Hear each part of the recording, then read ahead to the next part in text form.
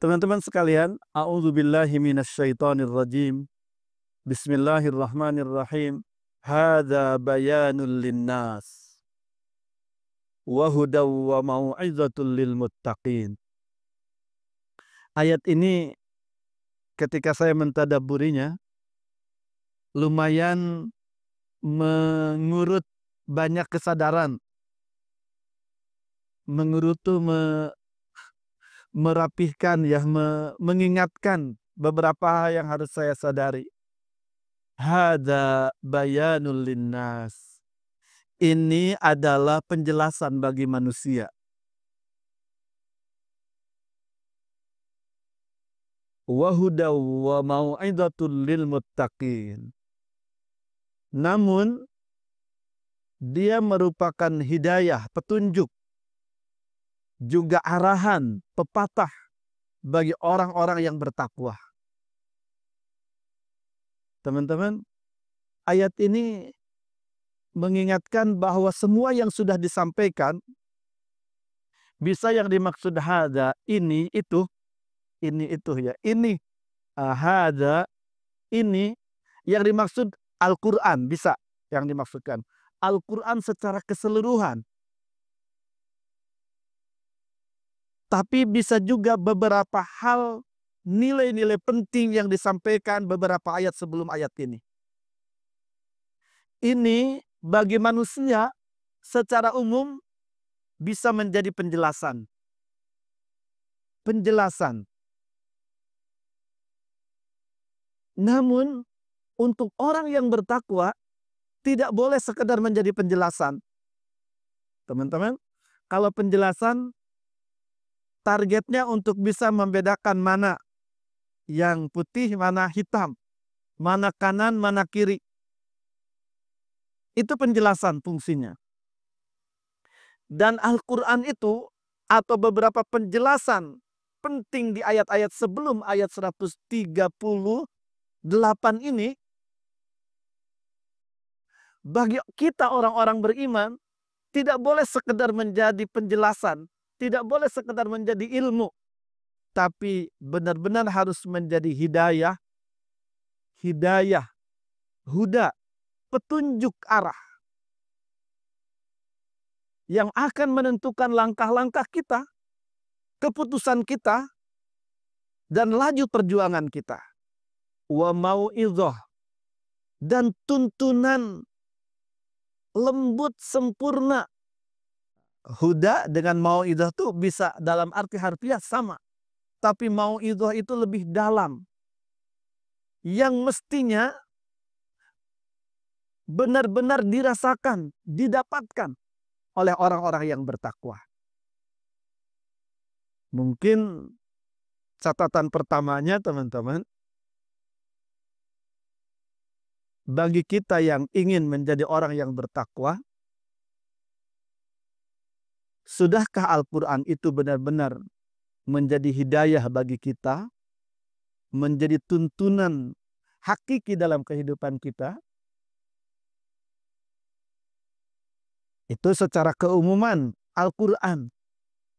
Atau sekarang kita telisik lagi beberapa ayat dalam Al-Quran, atau minimal dalam halaman 67 dari surat Al-Imran ini, sudahkah benar-benar menjadi arahan dan tuntunan dalam kehidupan kita sehari-hari?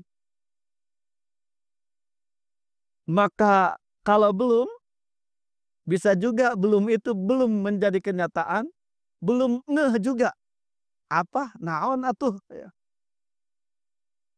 Kalau belum, mestinya menjadi bahan evaluasi, menjadi bahan muhasabah diri untuk lebih baik ke depan insya Allah.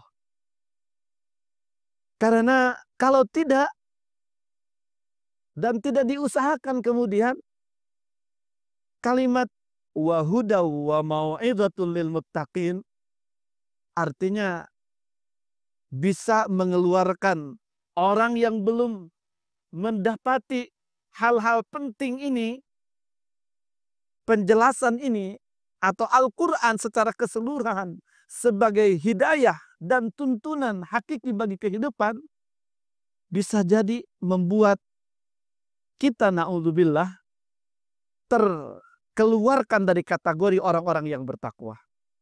Karena ayat ini secara mudahnya semua ini penjelasan bagi manusia.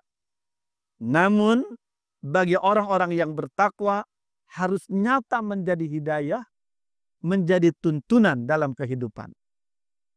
Artinya kalau belum menjadi tuntunan, belum menjadi hidayah, harus menjadi bahan introspeksi diri tentang ketakwaan yang mestinya ada dalam diri kita. Sebenarnya mirip juga teman-teman dengan ayat 2 dari surat Al-Baqarah. Alif Lam Mim. Dzalikal kitabu la raiba fihi hudal lil muttaqin. Sungguh Al-Quran itu adalah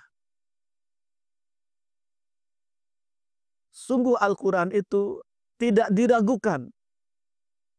Jadi selain dengan redaksi ada kalimat khusus la raiba fi, tidak diragukan.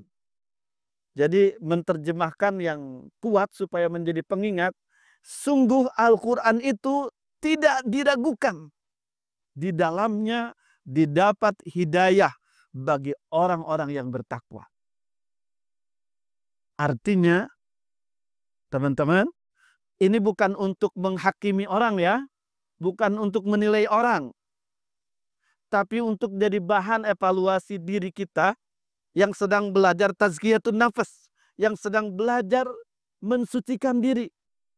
Jadi saya ulang, mohon jangan dijadikan bahan untuk menilai orang, menghakimi orang, tapi ini untuk jadi bahan evaluasi diri kita yang sedang berupaya melakukan tazkiyatun nafas, pembersihan diri. Jadi Al-Quran itu akan atau tidak diragukan menjadi hidayah, menjadi petunjuk dan bimbingan kehidupan bagi orang yang bertakwa. Bisa mafhum mukhalafah, pemahaman letterlocknya berarti orang yang belum mampu menjadikan Al-Quran sebagai petunjuk dan hidayah kehidupannya bisa terkategorikan bukan orang yang bertakwa. Teman-teman, bagi kita yang memiliki kesungguhan ingin melakukan tazkiyatun nafas, ini peringatan lumayan nembak ya, lumayan ganas ya, lumayan berat ya. Dzalikal kitabu la raiba fihi hudal lil muttaqin. Hadza bayanul linnas wa hudaw wa mau'izatul lil muttaqin. Teman-teman, menarik ayat-ayat berikutnya. Wala tahinu wala tahzanu wa antumul a'launa in kuntum mu'minin. Kalian jangan merasa hina, jangan juga bersedih. Sungguh kalian lebih mulia jika kalian benar-benar beriman kepada Allah Subhanahu wa taala dengan seluruh rukun iman itu.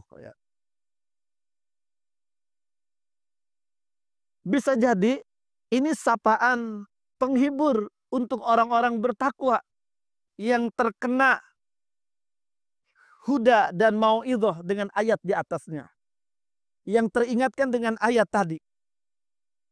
Bisa jadi menjadi atau membuat dia sedih, membuat dia merasa berat. Allah ingin menghibur, ingin menguatkan. Jangan merasa hina, jangan juga bersedih. Kalian sungguh mulia jika kalian benar-benar beriman kepada Allah Subhanahu wa taala. Selagi keimanan itu masih ada, kita punya harapan untuk menjadi pribadi bertakwa yang kemudian nyata menjadikan Al-Quran dan ayat-ayatnya sebagai hidayah dan mau'idhah dalam kehidupan kita. Teman-teman sekalian, iyamsaskum qarhun faqad massal qauma qarhum misluh. Kalau ini sebenarnya untuk orang-orang yang bertakwa, yang ketakwaannya sudah meningkatkan mereka pada level terbaiknya atau pada level yang lebih baik.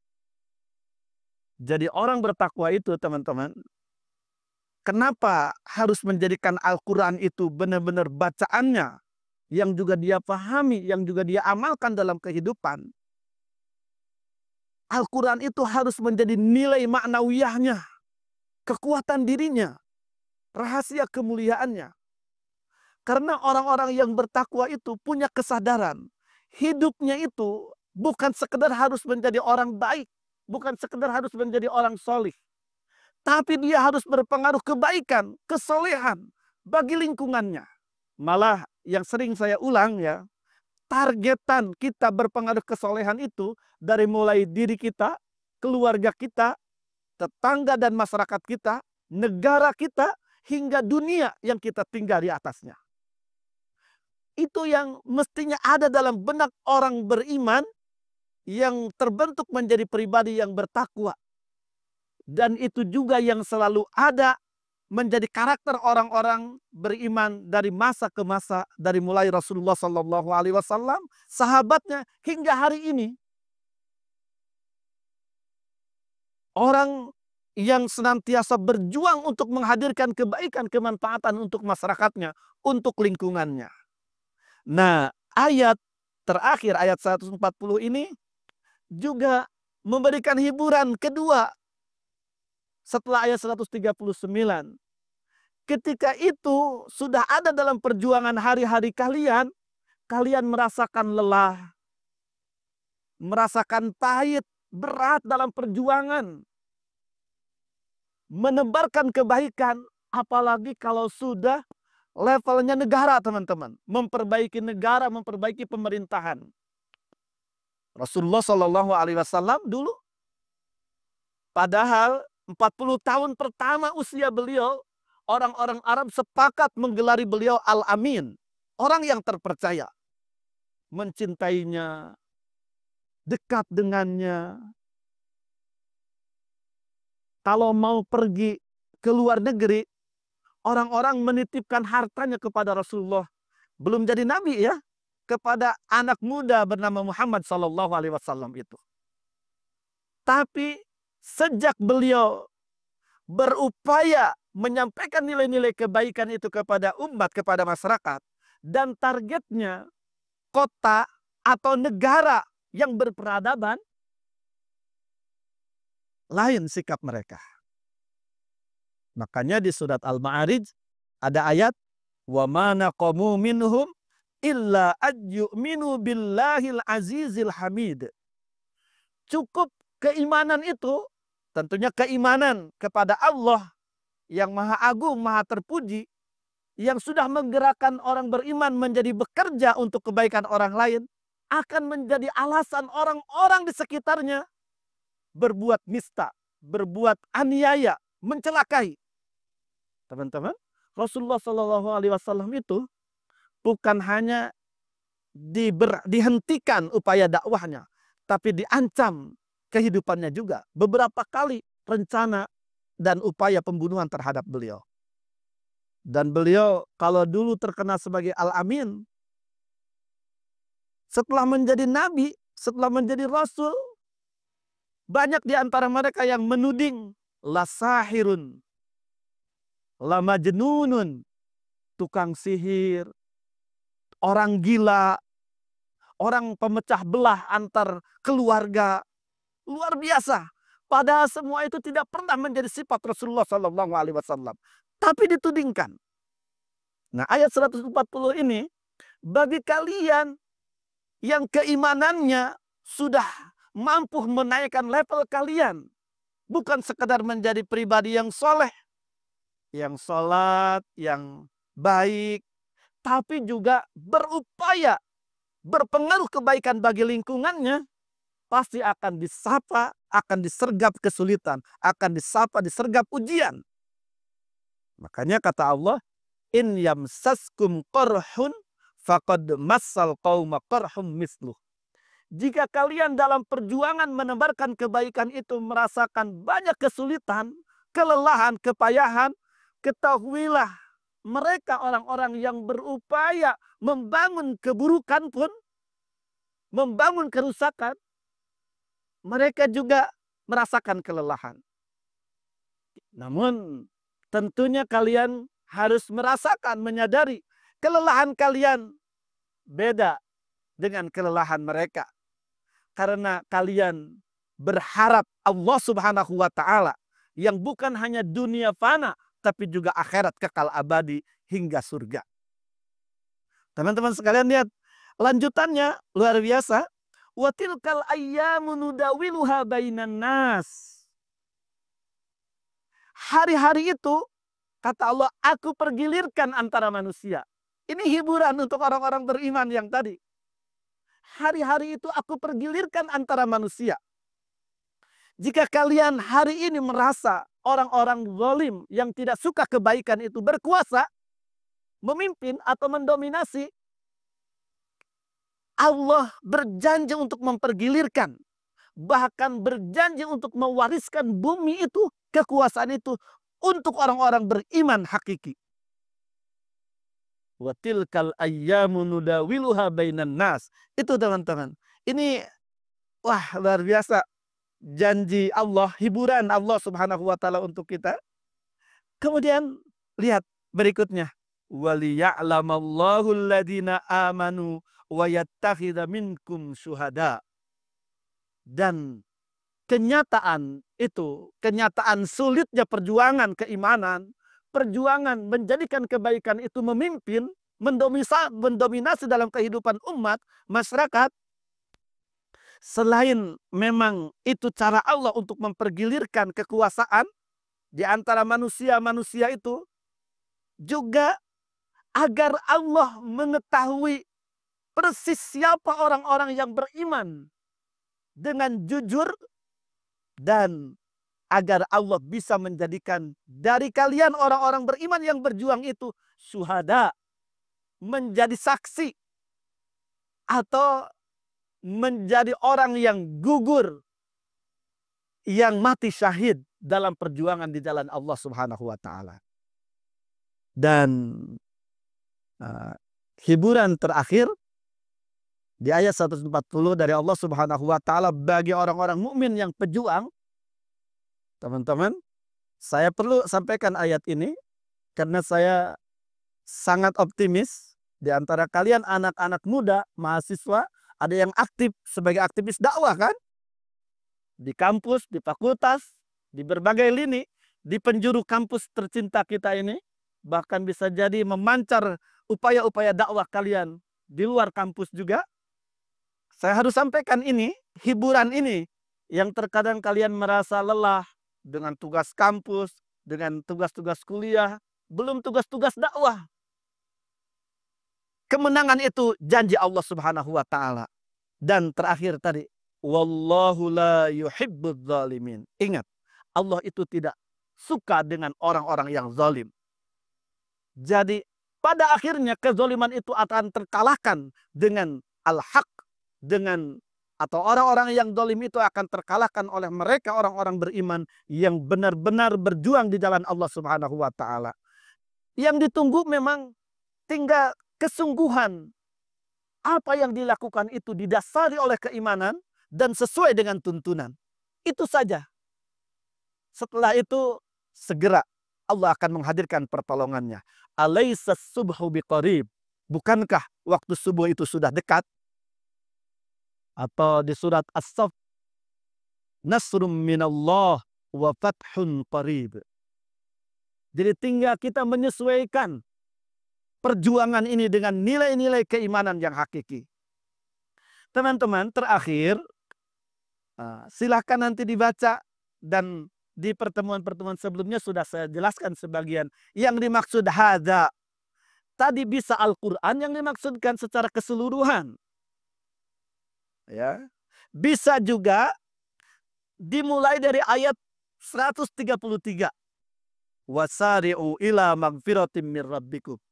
Itu yang harus menjadi hidayah dan mau'idhah bagi kita, bagi hari-hari kita dalam perjuangan. Teman-teman, kita ini manusia. Iya, banyak kebaikan, banyak kehebatan, tapi tidak sepi kesalahan. Bahkan sampai sikap-sikap yang mungkin akan membuat orang kecewa kalau tahu, ya. Itulah kita. Karena itu wasari'u ila magfiratim mir rabbikum. Bersegeralah. Bersegeralah menuju ampunan Allah Subhanahu wa taala. Jadi itu tuh hal yang pertama yang harus diingat.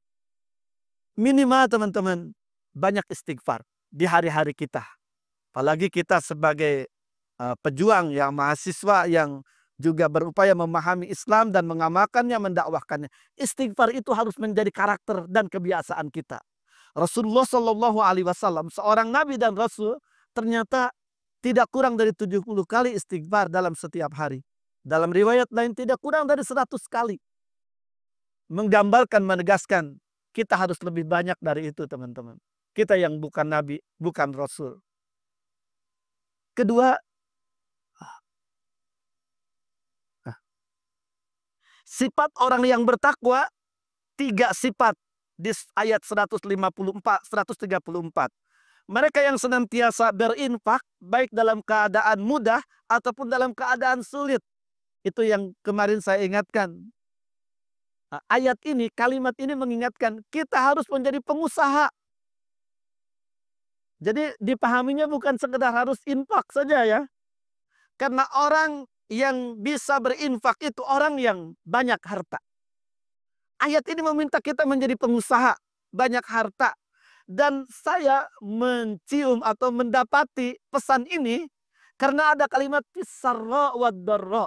Dalam keadaan mudah maupun dalam keadaan sulit. Teman-teman, hanya pengusaha yang bisa merasakan sulit, mudah hari-hari maisha. Kalau orang gajian rutin kayak saya mungkin pegawai negeri, makanya pegawai negeri juga harus berbisnis ya. Teman-teman usahakan harus berbisnis, harus berwirausaha, dan itu pesan agama. Orang kalau berwirausaha akan terasa rezeki itu. Saya pernah dulu jualan pasir, punya material ya. Bisa jadi di satu hari kita punya uang 15 juta, 20 juta satu hari. Tapi bisa besok atau lusa sama sekali tidak ada yang beli. Jadi dengan pengalaman itu saya jadi memahami ayat ini bukan sekedar berinfak. Tapi kita menjadi pengusaha. Supaya benar-benar infak itu bisa dijalani baik dalam keadaan banyak uang ataupun sedikit uang. Itu teman-teman. Wal kadhiminal ghaidha wal 'afina 'anil nas. Berikutnya bisa menahan emosi amarah dan pemaaf bagi manusia. Yang terakhirnya ayat 135, orang-orang yang bertakwa itu bukan orang yang tidak pernah melakukan dosa. Tapi bisa saja dia berdosa, namun dia bersegera bertaubat kepada Allah Subhanahu wa taala. Wallahul muwaffiq ila aqwamit thariq. Wassalamualaikum warahmatullahi wabarakatuh. Waalaikumsalam warahmatullahi wabarakatuh. Syukran jazakumullah khairan kepada Ustaz Asep yang telah menyampaikan materi ini. Insyaallah bermanfaat bagi kita semua. Dan untuk kita amalkan ilmu-ilmunya. Baik, karena keterbatasan waktu, mari kita tutup kajian sore ini dengan baca hamdalah dan takbir nafis. Alhamdulillahirabbil alamin. Subhanakallahumma wa bihamdik asyhadu an la ilaha illa anta astaghfiruka wa atubu ilaik. Syukran.